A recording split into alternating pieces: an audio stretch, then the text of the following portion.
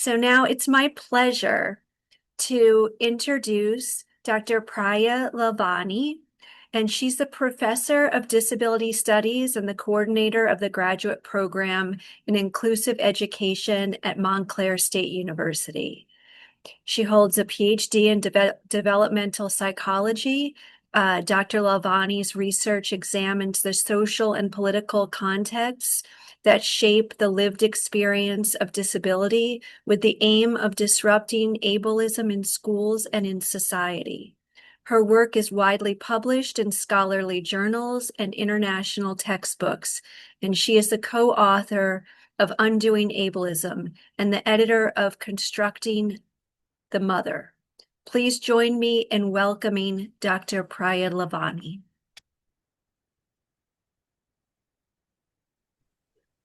Hello, thank you so much, Catherine, for that introduction. And just as a note, it's Priya, so you can call me Priya. And I am delighted to be here to present this topic to you. So I guess we'll just jump right in and get started. You can go, my presentation is from Advocate to Ally, as Catherine said, and I'm going to talk about some discourses and assumptions that we have in our society and how we can try to change our mindset towards supporting young people. So next slide, please. So I want to just start the presentation with some framing questions for us to sort of hold in mind as we start. What is the nature of ableism and the mechanisms through which it is perpetuated? So this is a term that some people may be familiar with, some people may not be. I'm going to talk about it in a minute. How might we be complicit as professionals, as parents, as service providers, as people in perpetuating ableist assumptions about disability through our language and actions? We're going to look at what is the impact of this ableism on disabled people's sense of self. And then we're going to move to try to understand how we can approach our work as allies to the disability community. Next slide.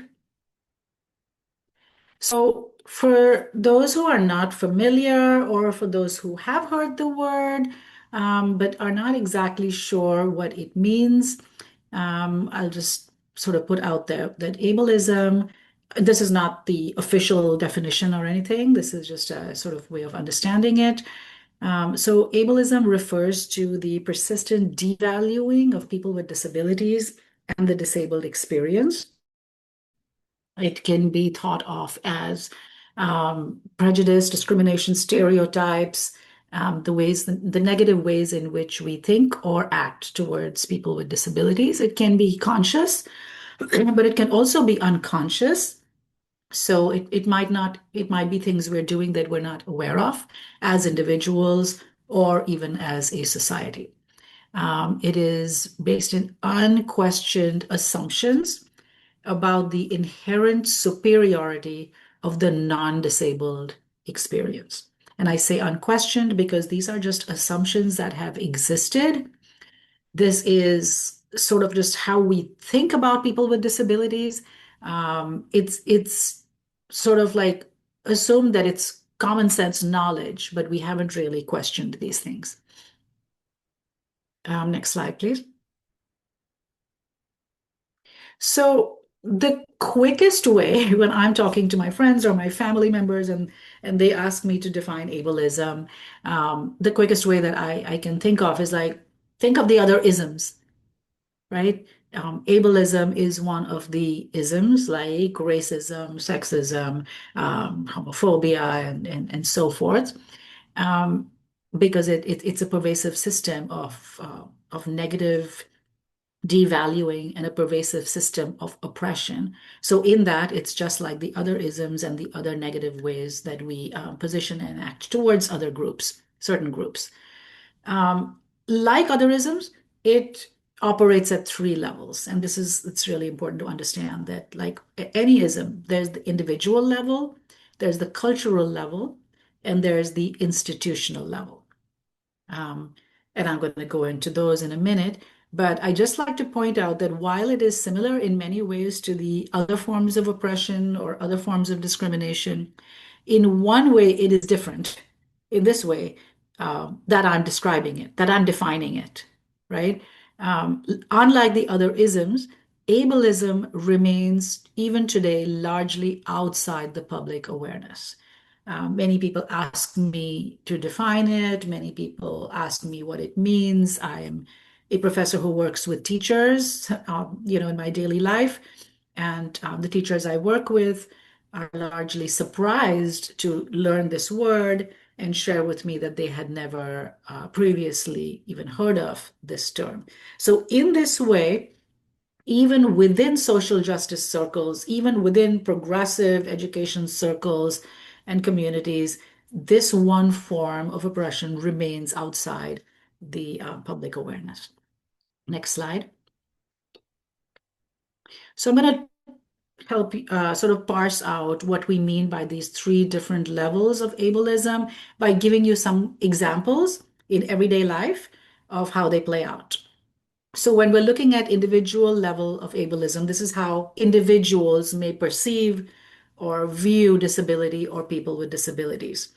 There's the common belief in society that life with a disability is tragic or a wholly undesirable experience, right? You get this idea that when you encounter a person with a disability or you hear about someone with a disability, the common individual response is, oh, that's so sad, or oh, I'm so sorry, or oh, what a tragedy.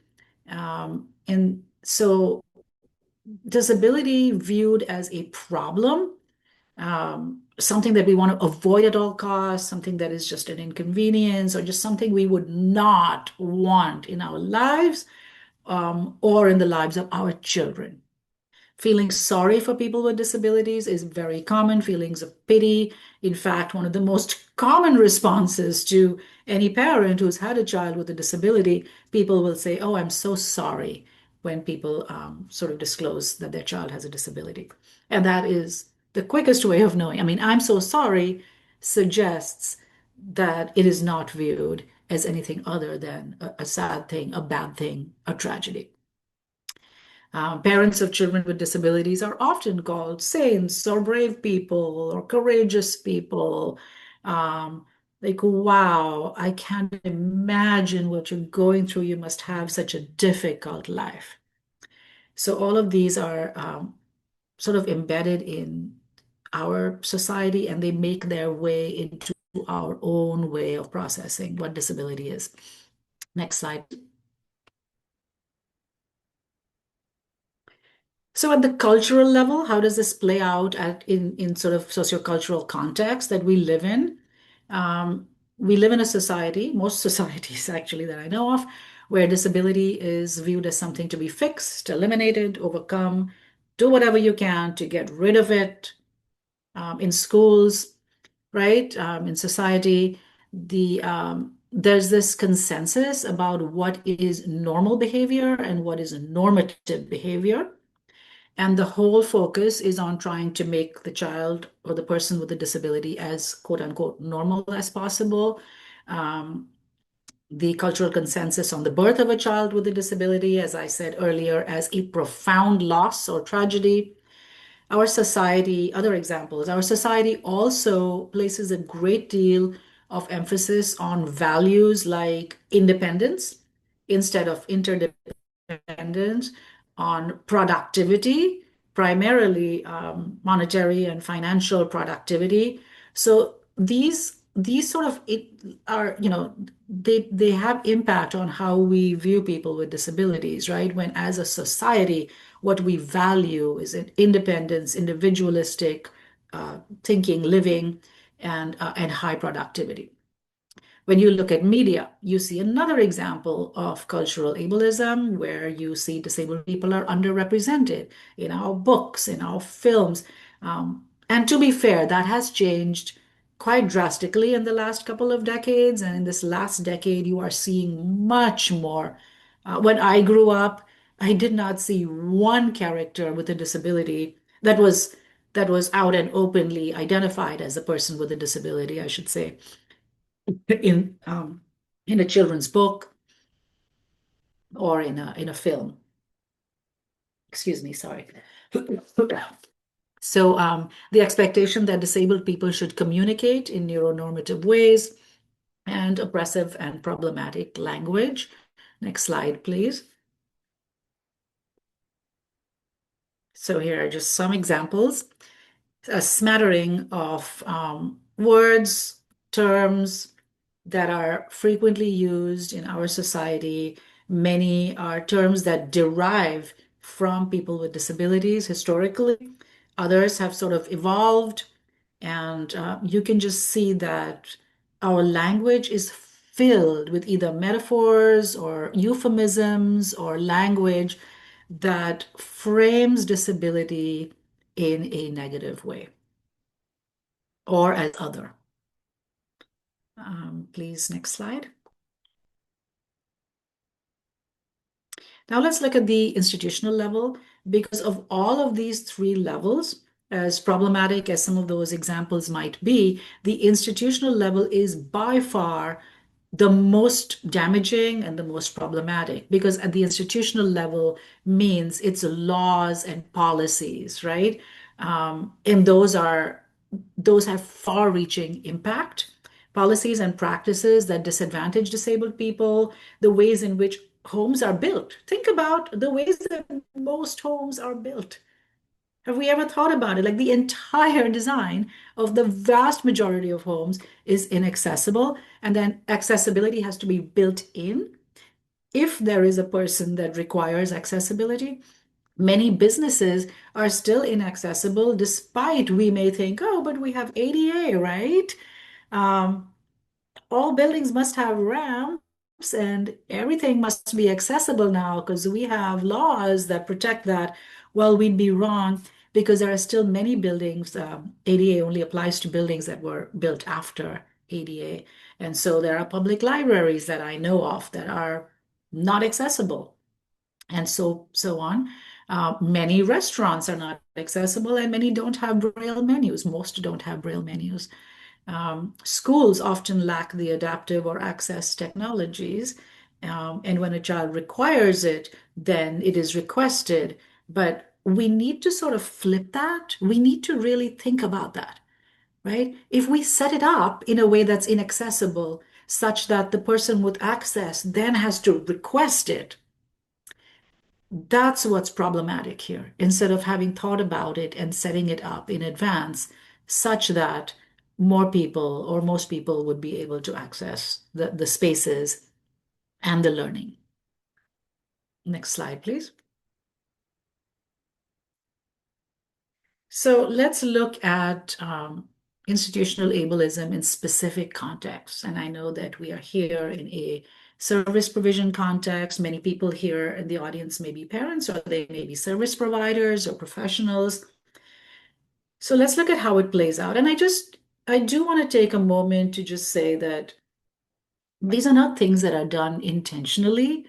And I am not suggesting that people engage in ableist practices because they want to somehow disadvantage disabled people. Quite the opposite, I should say, quite the opposite, right? I work with teachers on a daily basis. I've worked for 30 years with service providers and was a service provider myself. So it is my belief that people come at it with the best of intentions. The intention is to help people with disabilities. But let's look at how inadvertently we might be perpetuating it. Often, as I just said before, environments are set up to the advantage of neuronormative people, but think also that expectations are also set up to the advantage of neuronormative people. Um, what are the expectations of how a person will communicate, right? How they will sit, how they will move in that space. Interventions, while they are aimed at helping, are also often aimed at normalizing, right? And by that, I mean efforts to try to get the disabled child or young adult to appear as normal as possible. Do not flail, do not stim, do not move, do not rock, to use words. So the idea is trying to normalize, trying to be as typical as possible, fitting in. Compliance is a word that I hear all the time, and you might have heard all the time. There's an expectation of compliance, but the compliance we have to ask to what? In some cases, sure, there are safety concerns. But a lot of times, the compliance is compliance to an expectation that is created by a neuronormative person for neuronormative people. And that might not be a fair expectation. So, overcoming the disability is considered a good thing instead of providing accessibility tools so that that person can actually communicate or be in that space in a way that's comfortable to them, and think about the multiple ways on a daily basis that we communicate an implicit message about what the normative body and normative communication is. I've given you some examples that are common in schools, in service provision settings. Speech is valued over signing. And it was really interesting presentation that we just had by our presenter with the deaf and hard of hearing, where there was an emphasis on how to provide support through access tools and access devices. But in schools, even today, the primary expectation is that a child should learn to speak and speak in a certain way, right? Instead of typing or signing being prioritized and normalized, and an AAC device being normalized. We give children messages all the time. We say quiet bodies, quiet hands. We sit still. We keep our hands to ourselves. We use our voices to say what we want. I mean, it's not true. The previous presenter actually ties well with this point because we don't always use our voices to say what we want. We don't always use our ears. There are many ways that humans communicate and live. Um, and speaking is one way, and signing is another. And using an AAC device is another. There are many, many ways, and we just need to try to like get out of this narrow way of thinking that humans communicate in this way. We look people in the eyes. Well, why? Why is that an expectation? Next slide, please. In schools, continuing in the context of schools, expectations, I just said, are based on the understanding of dominant groups. And I mentioned neuronormative, but also to be clear, these expectations are to the advantage, ideally, of the non-disabled white middle class student, right? Um, when students with IEPs, students with disabilities, do not comply with expectations, the most common response in school is to remove that child from the general education class and recommend placement in a self-contained class, which is a segregated setting. And you got to think about this. So if the child is being given an unfair expectation and is not being provided access to communication in a way that is right for that child, then that child becomes frustrated. Also tying it with the presentation earlier on anxiety, the child becomes frustrated and exhibits those fight or flight responses. And instead of us thinking, okay, what can we do to reduce this anxiety or to provide access, the most common response in schools is to say the child is acting out, and the recommendation is removal from that class and placement in a class for students with disabilities. So that is an example of how the ableism in that context is not addressed at the IEP meeting. In fact, that word is not used. Just which setting the child can move to is the conversation. Next slide, please. So, having set up before just what are all the problems, I want to now move to more productive conversations about what we can do to to sort of support students and young people in any context, in schools, in a therapeutic context, in a home. So I like to think about it as a sort of a four-pronged, or rather a four-corner, uh, four things, right? Access, expectations, choices, and desired outcomes. So you want to frame these as questions for yourself, right? If you're working with or providing service to a person with a disability, ask yourself, have we given this person full access? When we think about access, the first thing we think about is physical access, a ramp, a wheelchair. That's the universal symbol, right, for disability and access. Sure, a ramp provides access, but that is a trap, a pitfall to think that a ramp is the only thing that a kid would need or a young person would need. Physical access is only the start. We want to also ask ourselves, what about access to learning? Space, yeah, that's the one we think about. But what about access to communication? Have we given them a way to communicate with their peers? And the one that really gets missed, have we given them access to forming meaningful relationships with their peers? It's not enough that you create a space and say, yes, the kid can come in now. They got a ramp, they got a wheelchair.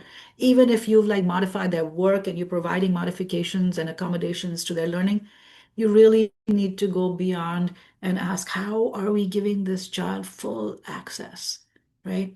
Are the expectations fair? The third one is, are there opportunities for agency and self-direction for that young person and child? Where do they make choices? Where can they express agency? And finally, ask yourself, what's the desired outcome here? Like, what am I trying to do? Am I aiming for compliance? Do I just want to have a setting where this person complies with what I'm saying, want them to do? Or am I trying to reduce the stressor? To support that person's mental health, to increase their thriving, because that is truly supporting a child or young person's mental health, right? It's not compliance, but reducing stressors and increasing participation, not in a way that's complying with your activity, but really promotes mental health thriving. Next slide, please. So now we're going to look to this idea of disability identity. When we look at providing services, we forget that we can provide equity and inclusivity, but that requires that we support that person's group identity. And this is well understood when we're talking about other group identities like race, ethnicity, culture, gender identity. Most people would agree, surely, that you cannot support a person's mental health and promote thriving if we are not acknowledging and valuing their group identity in these contexts, right? But what we don't do is talk about disability identity. In fact, my students that I work with, who are teachers, actually tell me this is so interesting to them because they say they had never heard about the concept of disability identity. In fact, they're like, I've never put disability and identity together as a phrase, which is very informative to me as an educator, right? Because we think about race, culture, gender, social class as group identities. We don't think about disability as an identity.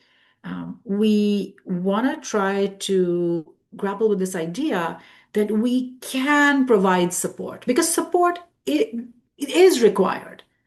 We're not removing the support, but providing support can actually exist with recognizing and valuing all ways of being and allowing for agency. So, how do we balance all of that? Next slide, please. So, now let's think about this. I just want to take a moment for us to Think about their own childhoods, perhaps, when they were children, when they were in schools. Did adults have conversations about disability with you when you were a child? Did your parents, did your teachers, did people around you define, describe, talk about events, disability history? Did we learn that in school? Was disability history even covered in your history class? Did your school or community recognize disability culture or celebrate disability pride when you were growing up? In fact, do we do that now? Some schools are moving towards that, some communities are starting to recognize that. But largely, all of this has been outside the public awareness. Um, most people have not heard of the history of people with disabilities. Special educators are teaching students with disabilities, but they have not understood the history of people with disabilities themselves. Next slide, please. So, in our culture and society, not noticing disability is considered a good thing. It's kind of like the colorblind ideology where it's very similar. People say, oh, I don't notice color, I don't notice a person's race. Um, Many have flagged that as a problematic sort of thing to say. And not noticing disability is also very common. Like, oh, I don't see any difference. My children don't see any difference. So it's almost like it's a good thing that we don't notice a person's disability. Um, Many adults try to protect their children. I mean, with all good intentions, they try to shield them from knowing their disability status. Service providers and educators are genuinely unsure about how to discuss disability with children. Next slide, please. So, why does this matter? Because when we don't talk about disability, we perpetuate the shame and the silence and the stigma. There is already a huge stigma around disability in our society, and children and young adults with disabilities pick that up, right? And so it contributes to the shaping of their identity. If what I am is something that you pretend to not notice and cannot talk about and won't talk about, then what I have cannot be a good thing, right? Whatever it is. If I am from a group or I have a condition that cannot be named and talked about, then I, as a child or a young person, pick up that that cannot be good. And that is huge for us to think about. Like, how is this shaping how they think about themselves then? And how does this perpetuate their idea that this is something to not share with other people, to be ashamed of? How can that possibly lead to a strong sense of self in any human being when any, not just disability, but if any identity is devalued and they know it, right? Um, Non-disabled people also get the message that it's irrelevant to them. Ableism remains unacknowledged and gets perpetuated. In fact, I argue failure to acknowledge the existence of disability oppression is in itself a form of disability oppression. Next slide, please. So let's look at disability identity and disclosure. There's a bunch of research that's emerging in the last decade or so that is pointing to the findings that many disabled children and adolescents are unaware of their own disability status. Many parents struggle; they genuinely don't know how to disclose a disability status to their children, and when they do, it is often through a pathology lens, as something to be remediated, something to be fixed, something to be supported. So this sort of contributes to how that young person is picking up on their condition. I have been to IEP meetings. I have seen children, young people, a 16-year-old, present at an IEP meeting. They know they are there. A 20-year-old knows they get services. They are going to speech, but they don't know why. Nobody's told them. They know there's something, but when no one's talking to them about it, they are left to their own devices to try to figure out what it is. And that generally is constructed as a negative thing then by them. Next slide, please. So let's look at the impact that all of this refusal to talk about disability in schools, sort of shielding them from it in the home, service providers not mentioning it, but providing services, but nobody's telling them why. Let's look at the impact on the mental health and well-being of disabled children and youth. So internalized stigma, of course, and feelings of shame, which I just discussed.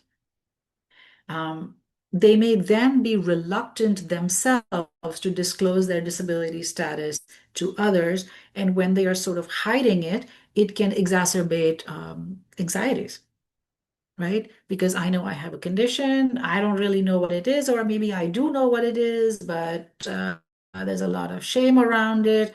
And so I am actively engaged in like not talking about it.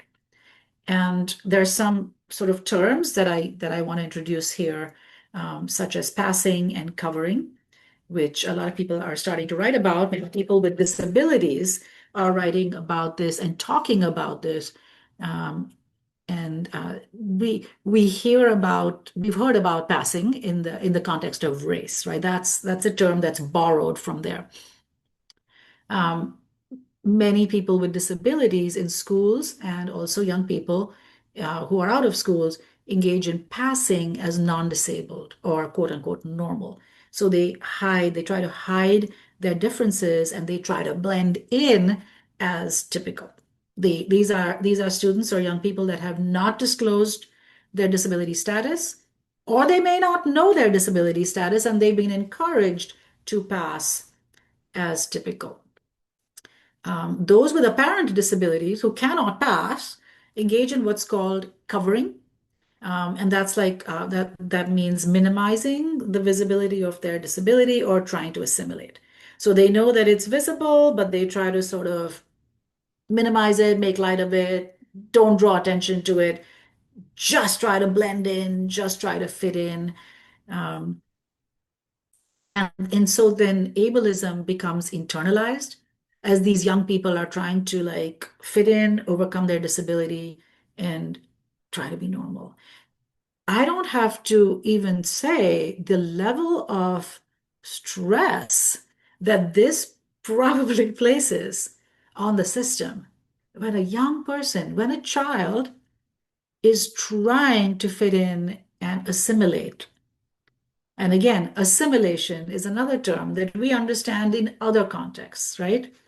And so these are terms that have been borrowed and being used by the disability community to say these are also applicable in our community. They also try to assimilate or blend in. And this is immensely stressful. And more importantly, it can lead to a diminished sense of self and self-worth. How can I feel good about myself if I have to spend energy trying to be like you? Next slide, please.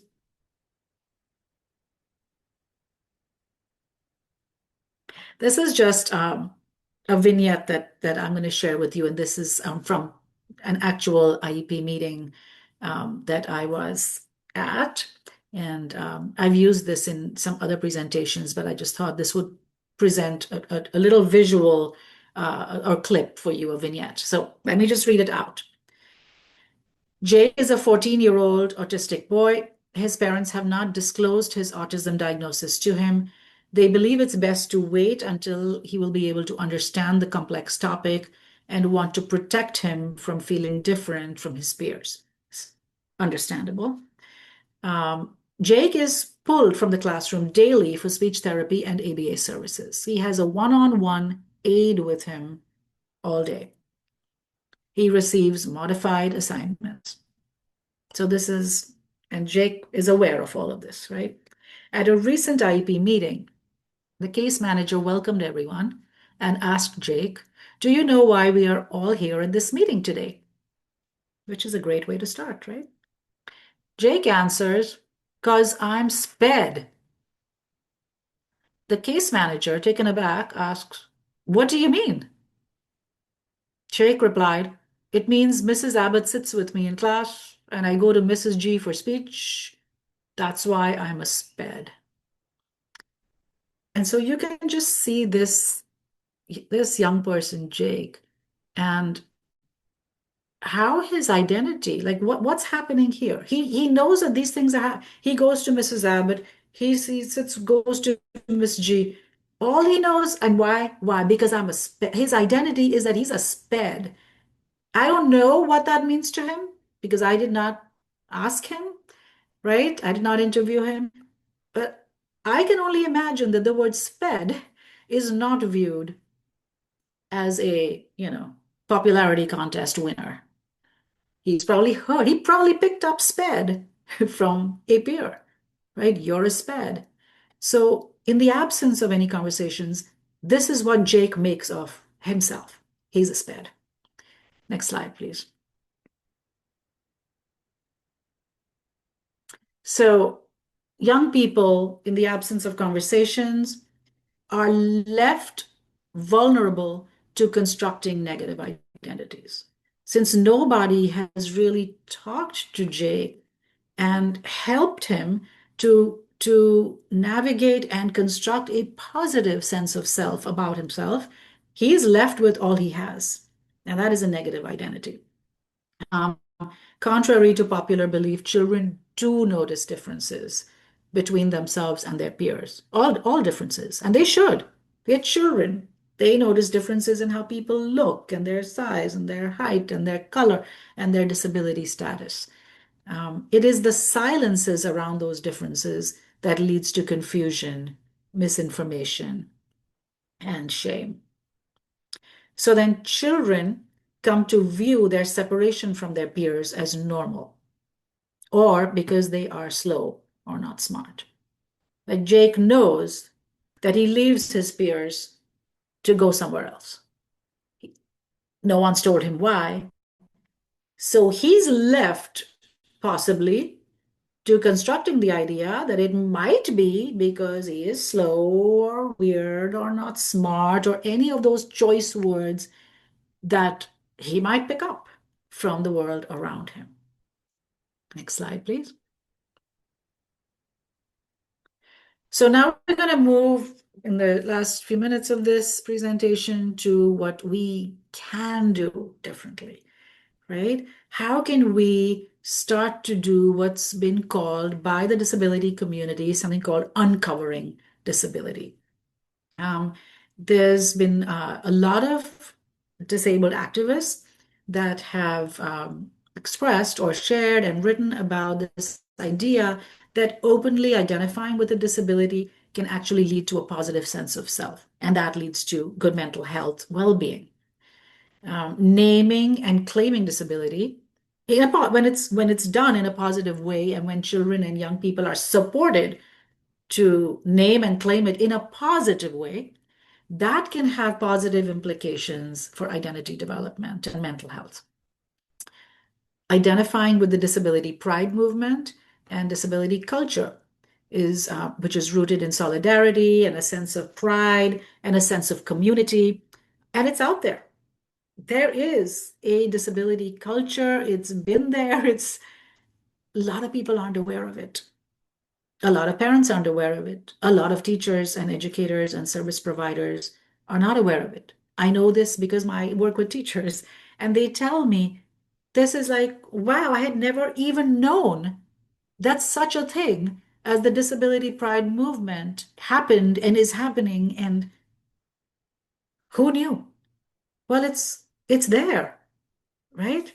And there's so many events and so many resources and so many things online that one can tap into to to connect young people and to sort of introduce them to these ideas of pride. Next slide, please. So how can we build communities of belonging for disabled people through the lens of allyship? That's the question.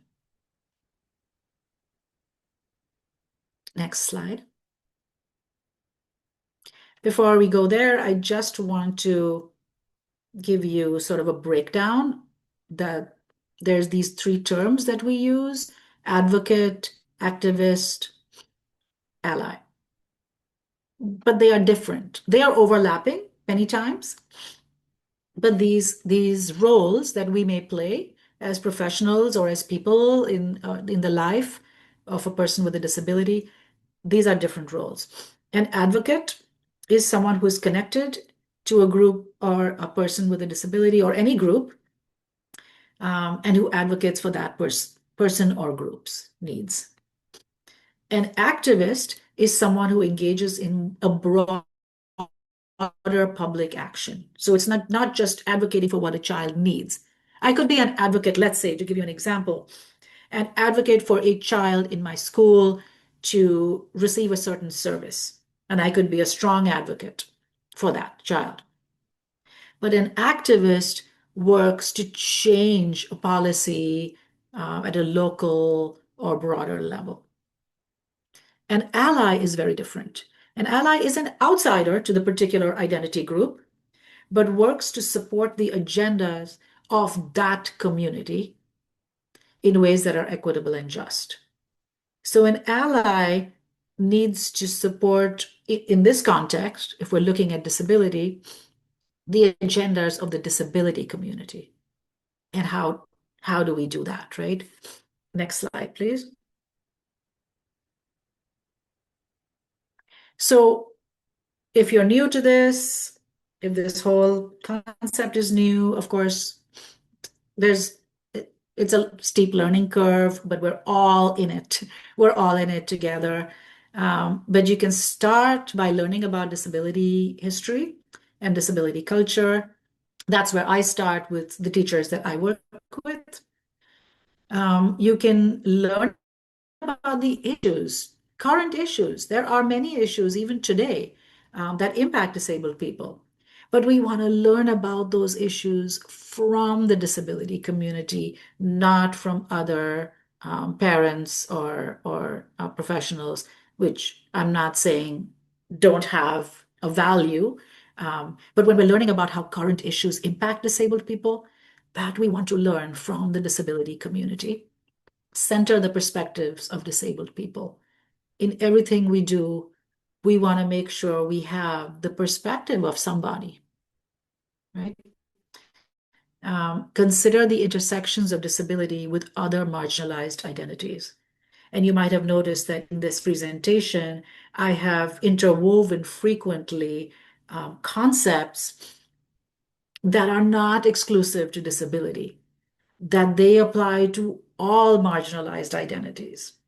And we want to sort of think about it as broadly as that, like, wow, how would this practice look like if we were doing it with this community, right? Reflect on our internalized beliefs and our own discomforts without beating ourselves up, without making it, this is not about, oh, have I done something bad or am I doing something wrong? I'm really, really a strong advocate that we should just talk. It's okay. I'm going to get it wrong a lot of times. I have gotten it wrong a lot of times. Um, but it's important that I sit with my own discomforts and my own beliefs, and I grapple with that first before I try to be an ally to any community. Name ableism when you see it, when you recognize it to yourself or to others, or even just know it. Say, oh, this is interesting. This language, this thing I saw in this film, um, recognize it and consider using language preferred by disabled people. Next slide, please. I'll go through these very quickly because I just have 2 or 3 more slides. But I think you have access to the slides later also. But for language, rethink euphemisms. A lot of service providers and parents like to use euphemisms like handy-capable or differently abled. And they are done because people are trying to reduce the stigma or trying to, do the right thing. but these are not terms that are preferred in the disability community. The word disability is preferred in the disability community. Rethink the language of special needs, also not a preferred term in the disability community because it reinforces otherness. And learn about the difference between identity first versus person first language. Some people prefer identity first language, and some people prefer person first language. Examples of identity first are autistic man. Some people will say, I'm an autistic person. Some people prefer person with autism.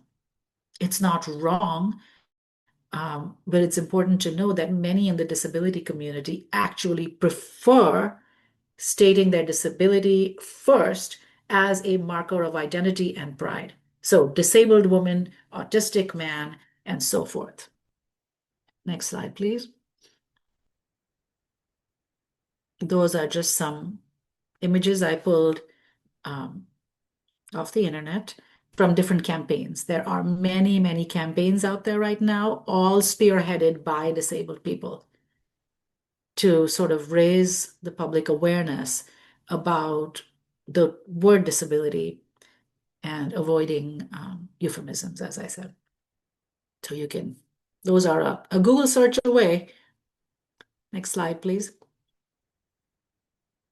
So supporting the identities for disabled people, continuing of what we can do as allies, create spaces for open dialogue about human differences. Even with young children, we can talk about it in an age appropriate way. Um, Give children and young people the language that they need. Like Jake didn't have the language. He didn't know. He said, I'm a SPAD. I'm a SPAD. What does that mean? Because I go to Miss Abbott, I'm a SPAD. We really need to give them the language that they need to talk about themselves in an empowered way, in a prideful way. Invite disabled and neurodivergent people to identify barriers to their own participation. Give them the agency to say, this is what I need. This is how I like to participate. Position disabled people as the information provider. Follow disabled activists on social media. You will learn all that I've learned from disabled activists. Include authentic learning about disability. If you are an educator, if you're a parent, if you're a service provider, use materials that are authored by disabled people, occasionally at least, and promote an understanding of neurodiversity. The idea that brains are wired differently, autistic people are not sick, but need communication and acceptance. Next slide. And disability create spaces for young people to know about their own disability culture, that it's out there. There are people, they are celebrating pride. This can help them to embrace their own bodily and mental differences, to learn about their own culture. Yeah, I think I already said some of this. And connect young people that you may be working with or that you know with disabled activist adults so that they can have role models that they can really feel, oh wow, this is someone that I can identify with and feel good about myself. Yeah, next slide. Oh, good. That's my last slide. And I end with some images from our very own Montclair, New Jersey Disability Pride Rally that we actually have every year. I don't know if all of you are aware of it. We just had our last one a few weeks ago, but every year in Montclair, we host a Disability Pride Rally. And those are just some images.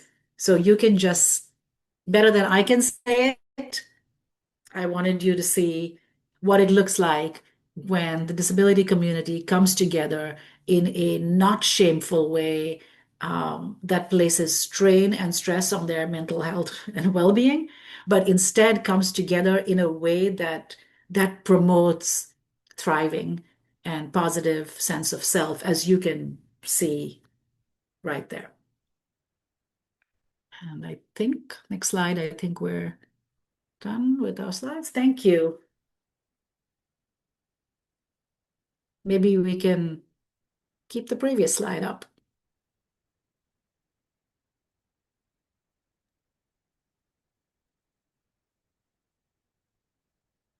So that's all I have, and yeah, open it up for questions or comments. Thank you so much. I think we're gonna, yes, we have questions, I'm sure. This was um, really, really important work and topics. And I'm gonna go, I need to talk to you more about the rally because I really want us to be a part of that next year. Absolutely. Oh, we'd love that. And you can, yeah, you can come and have your people come with their own banners, and you can have a table, you can have a banner and promote your and just yeah, come to show solidarity. That's great. So Ayeli, do we have Yes. We any have questions one in the chat? question. Yes. Can you share more examples of strategies that empower youth to embrace their identities? I'm sorry, can you say that again, Ayala? Yeah, so we want you to ask for some examples or strategies that empower the youth to embrace their identities. Mm-hmm. Okay, great. Yeah. So I want to start by saying, I don't think that was part of my introduction, but I'm also a mother of a now young woman with a disability, with Down syndrome. Actually, oh, there she is in the bottom left, um, holding the "We are not aliens" sign. If you can see on the picture there, bottom left slide with glasses, holding a sign that says "We are not aliens." My daughter, shout out. Um, and so, to answer your question, what are some things that I've grappled with and I have done the work of supporting a positive disability identity? That's how I'll answer it, and also as an educator. The first thing that I had to do as a professional and as a mom is remind myself that I do not identify as a person with a disability. So I am coming at this work as an outsider, right? And so that a young person with a disability needs to be connected with other young people with disabilities in a prideful way or adults. So I sought out adults that I wanted my daughter or the young people that I was working with to meet, right? And when I say connect with other young people with disabilities, I am not talking about putting them in a self-contained classroom or a school for kids with disabilities because I am an inclusive educator. That's what I do. I mean, sort of connecting with adults in a way that provides role modeling from within the community. The other thing that I think it's really important to do is get materials. I mean, right now we have books, toys, right? We're in a world where there is no dearth. When I was growing up, there wasn't anything. But today, you can get a Barbie with Down syndrome or with autism. You can get an American Girl doll that comes with all of the therapy, um, what are the accessories. There are so many amazing books that you can bring to your classroom, to your practice when you're working with someone, to as a parent. Let them have materials that are either authored by or that have characters with disabilities that show disability. This is important, not as a sad, pathetic thing, but in a joyful or just not even joy, just neutral. Just these are people and talk about it. That's the main thing. Just talk about, oh yes, this book is about a child who's deaf. That person, this book is about a person who's autistic. What does that mean? Oh, let's learn. Let's learn together. Let's meet someone. Let's look up this YouTube video with this motivational speaker. There's so much out there that you can use to sort of just normalize it, and support a person to feel good about what they have.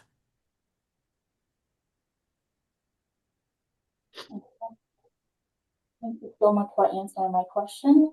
We have another question is, what are your thoughts on how we may continue to influence change in the institutional approach to language around disability? Yeah, it's a great question. It's like a tough one because we are so entrenched in the language that even when I've done workshops on language, I find a lot of pushback, right? I mean, the word special ed, the word sped, the word special needs, it's like entrenched. One thing, I mean, I work with schools to sort of help them understand the language change. And one thing I advise people if they're trying to make institutional change, um, if it's coming from me, it means nothing to people. Like, why? Why should you listen to me? Right? And it's fair to say. But what I try to do is bring resources um, and videos by people with disabilities, talking about the impact of that language to them. And that's always a good way to sort of try to make that change because when it's coming from me saying, "Oh, don't use those words," people are like, "Yeah, no." But when you watch people with disabilities talking about or sharing what these words mean to them and why these are problematic to them, then that's one way of trying to change it at an institutional level.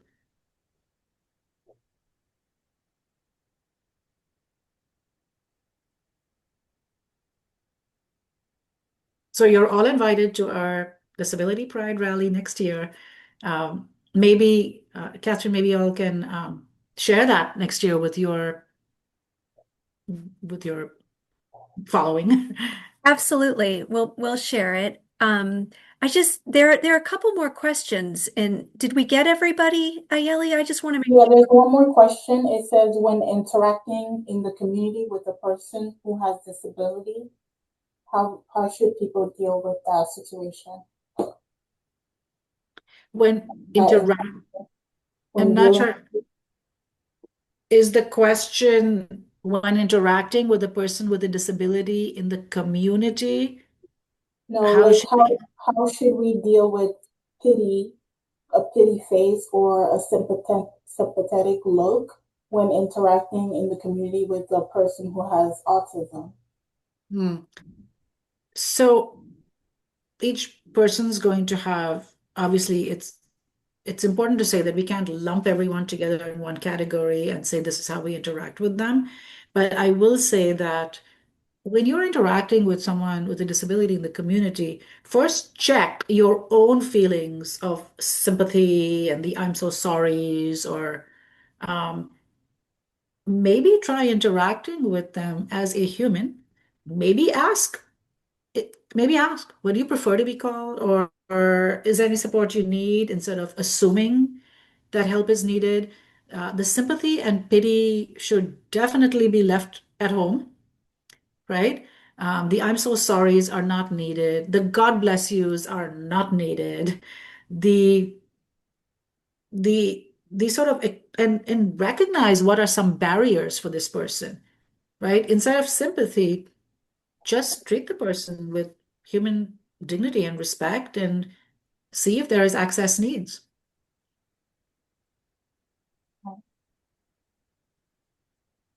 Okay. Any more questions?